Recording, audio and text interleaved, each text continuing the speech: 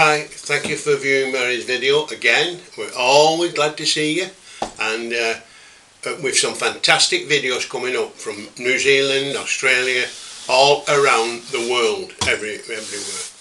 Paris, France, no, we've not got Paris and France, have we? No. But everywhere else. And this one is from Seattle. It's from Kairo, K-I-R-O TV, and it's by it's introduced by Joyce Taylor. Joyce, it's got Evening Magazine, and it's about a haunted hotel that Mary was requested to go and check out for the TV people, and they did a bit of a thing on it. So we spent the night there, and the producer was a guy called Lowell Dowell, and he was 6'4", a shiny black guy. What a lovely guy, and he looked every bit like Grace Jones. He reminded me of Grace Jones. Anyway, this door closes, slams to at 4:10 every morning, and nobody could find out why. So Mary did an exorcism of the whole thing, and we waited up to 4:10 to see the door close. The cameraman was set in front of me, set in front of Mary. Mary was behind the cameraman, and I was stood at the back watching proceedings. And then the door slammed at 4:10 on the button, as it is every night. And Mary screamed, and the cameraman screamed harder, and he jumped about a foot off the chair, nearly upset his camera. It was really funny. And I claim producer rights on this film as well, and I'll tell you why. The haunted house was a moonlight night, but the moon was behind the house. So when the cameraman come down to get a shot of, he said, we won't be able to use this. There's no light on the house. So I come up with this brilliant idea. I said, listen, run your TV van up on that ramp there, switch your headlights on, and it'll light that house up and you get your shot.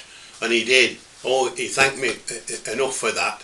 And then Lowell, when he was checking photographs, the cameraman upstairs, I said, you know, Lowell, I said, I have an idea. I said, if you get somebody to move across the top of the stairs, just a shadow now, not the person, the shadow across the top of the stairs. And he did, and that come out lovely, as you'll see on the film. So I was part producer to that. This one is dedicated to a great friend of ours. He's called David.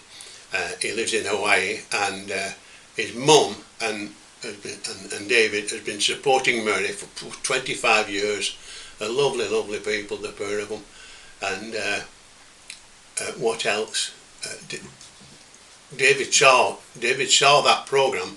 He also saw Mary on The Other Side, NBC. That's a national programme, and Mary was on 3 shows for The Other Side, which we'll be putting up on video shortly. So that's it. Mary Malone, if you want to see more about it, www.marymalone.com, or email Mary at mvickers, that's MVICKERS 44 at hotmail.co.uk. Oh, Mary, ring that bell. Right, and I'm doing my clicky thing. Clicky, clicky, clicky, click, click, click. Bye bye, David.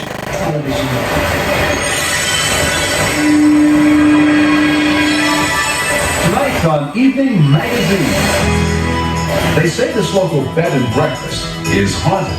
When I entered the room, it was the first thing that I seen was this lady sitting in a rocking chair.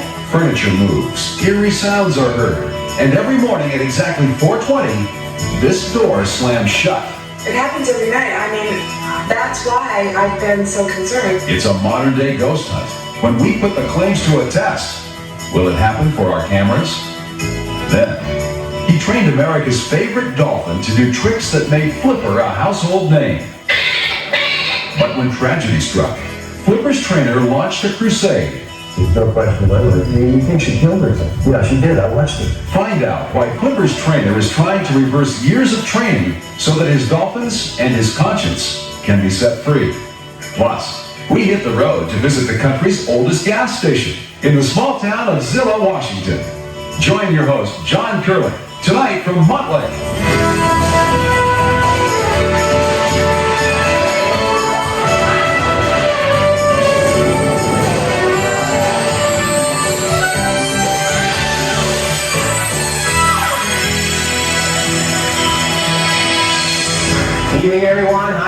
the Seattle Yacht Club here in Montlake because tomorrow is the first day of boating season.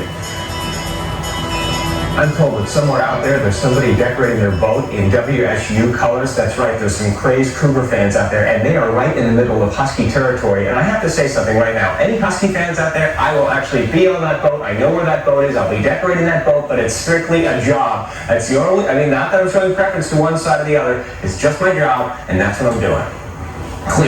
Clear. Now, any ghost fans out there, if I told you there was a haunted house somewhere in Morton, wouldn't you want to go just to check it out? Lil Deo did, and he got more than he bargained for.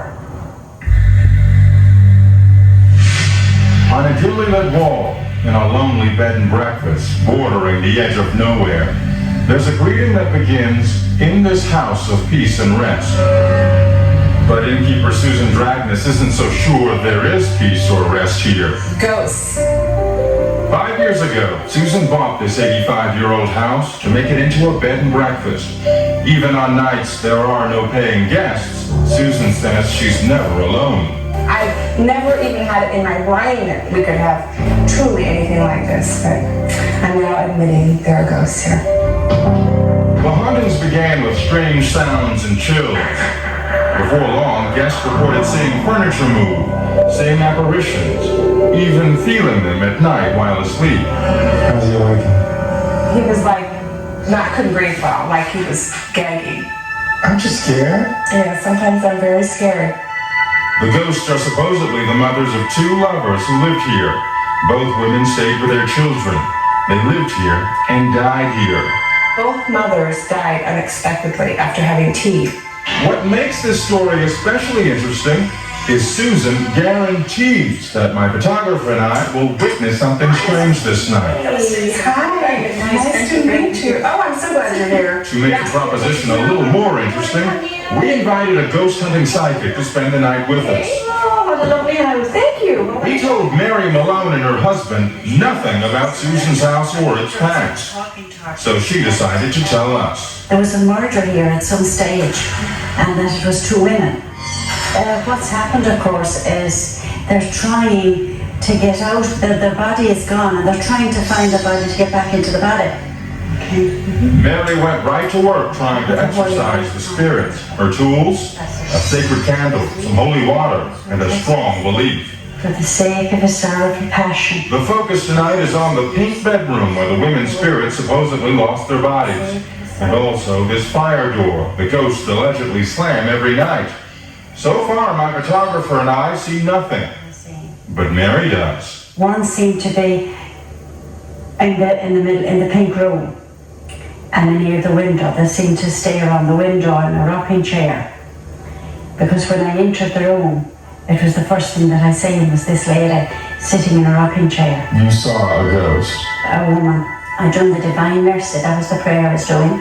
And that releases souls. If there's a soul to be released, it should go out and go on to the white light.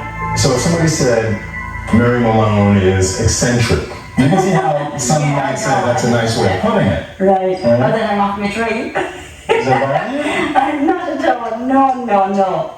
So the stage is set. If nothing happens, Susan and the psychic can say the spirits have fled. But if the door slams at 4:20 the next morning, as promised, then we might have to start believing in ghosts. The question now is, will the door slam? Very few of the guests here at St. Helens Bed and Breakfast have actually seen the ghosts. Even fewer still have actually experienced them. But one thing every guest here experiences is this fire door as it slams in the middle of the night, which is some trick because it has to break free of this strong magnet. Since television crews are rarely promised a supernatural event, we set up a camera with a clock and left it rolling all night. We also sat up with our own camera, waiting for 4:20. We weren't holding our breath. Yet. What time? Last time we were 4:19 last night. 4:19. The slamming door shocked us all. Everyone but Susan. It happens every night. I mean, that's why I've been so concerned. I really don't know what to tell you. I don't make it happen. It just happens. Well, it's like the vibration of the spirit. Admittedly, a slamming door seemingly with no human help will shake anybody's steely skepticism. So we brought in our own expert to examine that door. Well, I'm going to check for electromagnets. I've got magnetic conductors that'll pick up fields. If electrician Charles Britton finds the magnet is an electromagnet, that could explain what we saw, because all you have to do to release the door is cut power to the magnet. He needs only a few minutes before making his pronouncement. This is a electromagnet.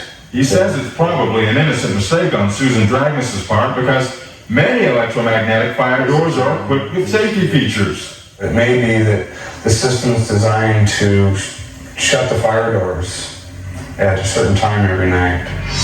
Our expert isn't good enough for Susan, who insists the ghosts are real. Too many people have said they've seen them, they've been touched by them. That's when we decided to call Susan's alarm company and the door's manufacturer. But nobody could tell us for sure what makes it close. So what makes the door in the lonely bed and breakfast on the edge of nowhere close like clockwork? Could it be some long-forgotten technology that cuts power to a magnet? Or could it be some long-forgotten power from another world that won't be ignored? Ghosts had no credibility in my life until I moved here. We can't figure it out. What is it, haunted or just a bad hinge? Give us a call. Tell us what you think. A little later on, we're going to need some gas, and we're also going to need to practice our golf shots, so we're going to go to Zillow, Washington. But when we return, the man that trained Flipper, he says his training might have killed the famous dolphin, and now he's on a crusade.